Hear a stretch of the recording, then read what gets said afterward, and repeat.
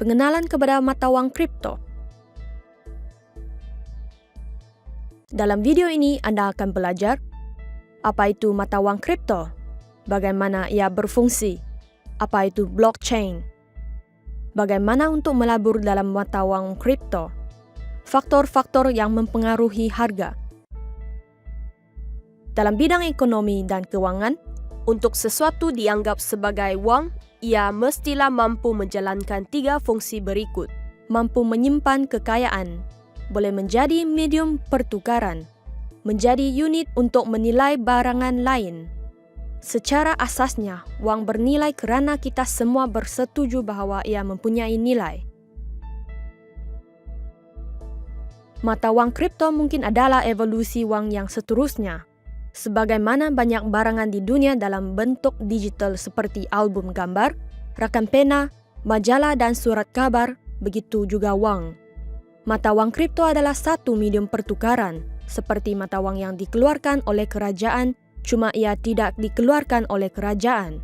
Sebagaimana sesiapa saja boleh membina laman web sendiri, sesiapa saja juga boleh membuat mata wang kripto mereka sendiri. Semua orang mampu melakukannya. Bagaimana mata wang kripto berfungsi? Sekiranya tiada bank atau kerajaan di sebalik mata wang kripto, bagaimana kita dapat mengeluarkan wang dan mengesahkan transaksi?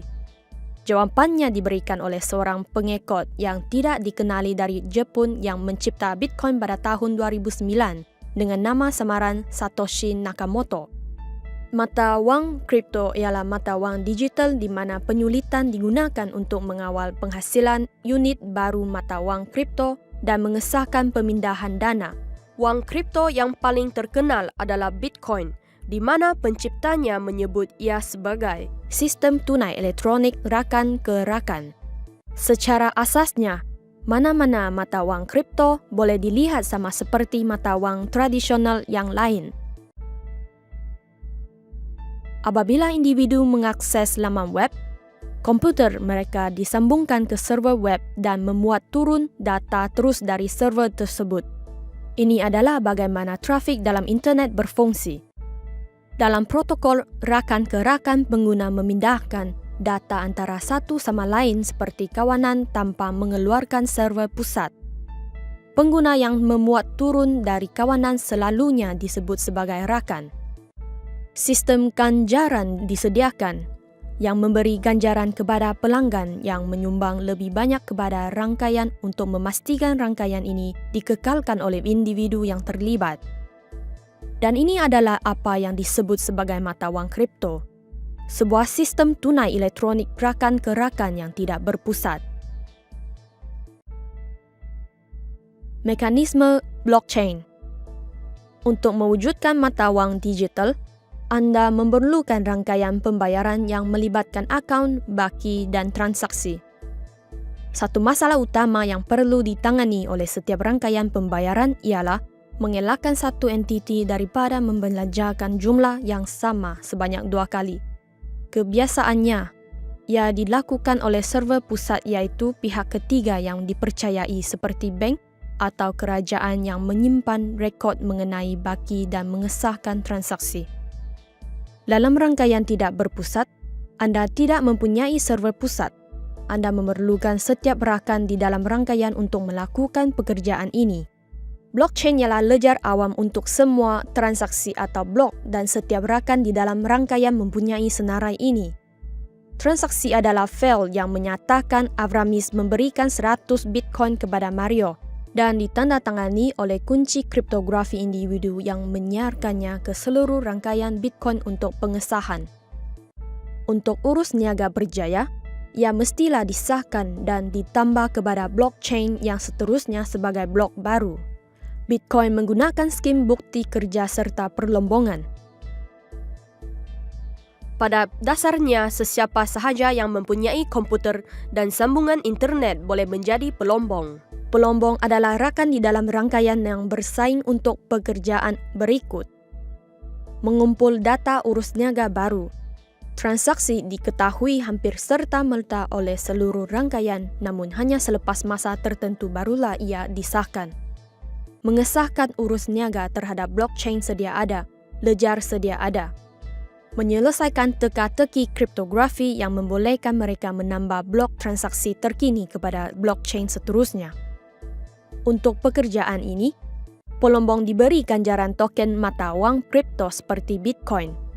Apabila urus niaga disahkan dan ditambah kepada blockchain, ia ditulis secara kekal. Ia tidak lagi boleh dipalsukan dan ia tidak boleh ditukar semula.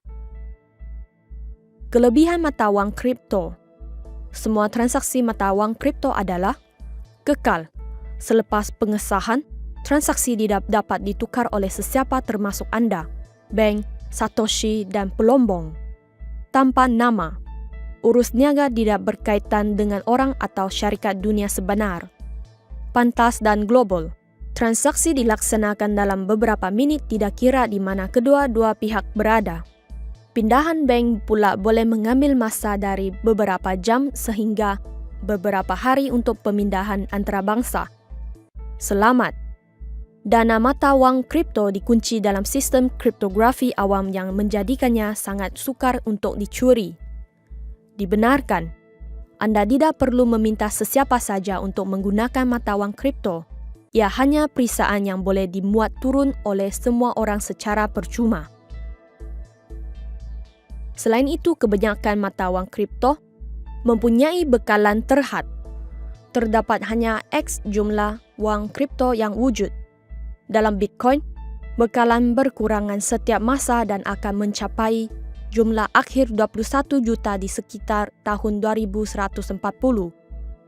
Semua mata wang kripto mengawal bekalan dengan jadual yang ditulis dalam kod. Ini bermakna bekalan mata wang kripto pada masa akan datang boleh dikira pada hari ini. Dibayar kepada pemilik. Sebelum ini USD boleh ditukarkan dengan emas. Mata wang kripto tidak mewakili hutang sebagaimana mata wang hari ini. Ia adalah wang sebagaimana emas. Dua faktor di atas adalah tumpuan utama kenaikan harga Bitcoin yang mendadak.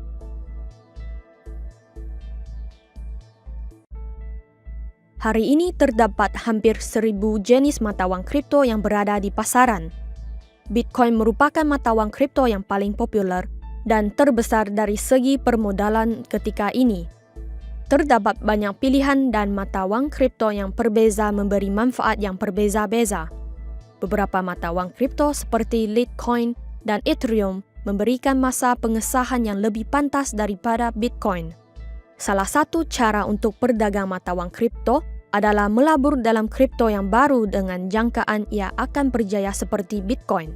Tetapi, ia sangat berisiko dan tidak boleh dilakukan dengan jumlah yang besar kerana dari ratusan mata wang baru, hanya beberapa saja yang akan berjaya. Cara lain adalah berdagang dalam mata wang kripto yang lebih matang seperti Bitcoin, yang mungkin tidak memberikan peningkatan nilai yang mendadak sekali lagi, tetapi ia akan mengalami perkembangan yang sihat secara beransur-ansur. Terdapat 3 cara untuk melabur dalam mata wang kripto: perlombongan, dagangan secara pertukaran, dan juga CFD. Cara asal untuk mendapatkan Bitcoin ialah melombong. Pada tahun 2009, setiap blok yang dilombong memberi ganjaran sebanyak 50 Bitcoin kepada mereka yang berjaya menyelesaikan program komputer tersebut. Disebabkan oleh sifat evolusi kod, ia menjadi semakin sukar untuk diselesaikan dan ganjaran juga berkurang kepada separuh setiap 4 tahun. Hari ini, setiap blok yang dilombong mendapat ganjaran 12,5 Bitcoin dan pada tahun 2020, ia akan memberi 6,25 Bitcoin untuk setiap pekerjaan yang berjaya dilaksanakan. Keperluan ilmu pemrograman komputer digabungkan dengan perkakas komputer dan bil elektrik yang mahal menjadikannya sukar untuk diakses oleh majoriti. Membeli mata wang kripto melalui pusat pertukaran. Sesiapa sahaja boleh membuat akaun mata wang kripto tanpa nama dan membeli kripto melalui pusat pertukaran. Pusat pertukaran mata wang kripto adalah seperti bursa saham atau seperti pengurup wang di lapangan terbang. Untuk berdagang di pusat pertukaran, Anda memerlukan dompet mata wang kripto di mana Anda menyimpan kata laluan telah disulitkan yang mewakili kripto tersebut. Walau bagaimanapun, kebanyakan pembeli kali pertama sering mendapati proses pembelian kripto adalah sukar dan leceh, ditambah lagi dengan banyak penyedia perkhidmatan yang meragukan. Selain itu, terdapat 3 halangan utama untuk pendekatan ini. Mata wang kripto tidak dikawal selia seperti mata wang fiat yang dikeluarkan oleh kerajaan. Dana berada di dalam akaun pertukaran, bukan di dalam akaun individu. Jadi walaupun Bitcoin sangat selamat, pusat pertukaran tidak, dan pengodam, perisian berbahaya dan gangguan operasi sebelum ini telah menghilangkan jumlah yang besar. Jika Anda lupa maklumat log masuk atau seseorang telah menipu Anda, tiada apa-apa yang boleh Anda lakukan. Tiada pihak ketiga atau pemproses bayaran seperti kad debit atau kredit. Jadi tiada sebarang perlindungan atau rayuan sekiranya terdapat apa-apa masalah. Dagangan CFD Bitcoin di broker yang dikawal selia menyelesaikan masalah di pusat pertukaran. Tiada dompet diperlukan. Kata laluan juga boleh ditetapkan semula dan Anda berdagang di broker yang dikawal selia. Anda boleh berdagang menggunakan leverage dan pedagang berpengalaman boleh menggunakannya untuk manfaat mereka walaupun ia meningkatkan lagi risiko. Boleh melakukan jualan dan belian sekaligus menawarkan peluang untuk membuat keuntungan daripada naik turun pasaran. Anda boleh membeli sebahagian Bitcoin daripada sebiji Bitcoin dan kos dagangan CFD adalah lebih rendah daripada dagangan fizikal. Dagangan CFD adalah lebih pantas berbanding transaksi di pusat pertukaran atau melalui perlombongan. Seperti aset-aset yang lain, harga mata wang kripto ditentukan dari permintaan dan penawaran. Tip: bekalan Bitcoin terhad kepada 21 juta shilling dan permintaannya meningkat dengan mendadak menyebabkan harga turut melambung. Walau bagaimanapun, penghasilan mata wang kripto lain secara tidak langsung meningkatkan bekalan dan ramai yang mencari alternatif yang lebih murah. Apabila mata wang kripto baru muncul, orang akan mula memilih untuk memiliki mata wang tersebut. Teknologi baru boleh menyebabkan Bitcoin tidak lagi digunakan.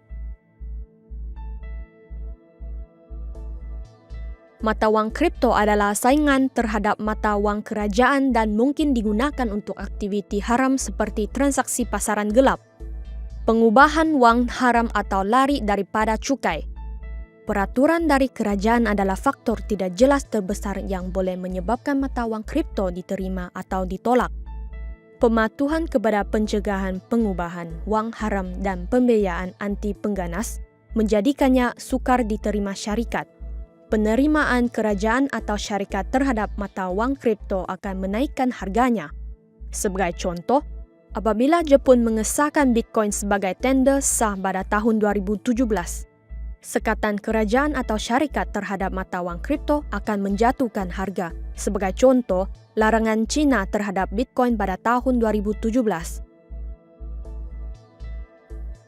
Dalam video seterusnya, kami akan menjelaskan tentang pip, lot dan size posisi. Terima kasih kerana menonton.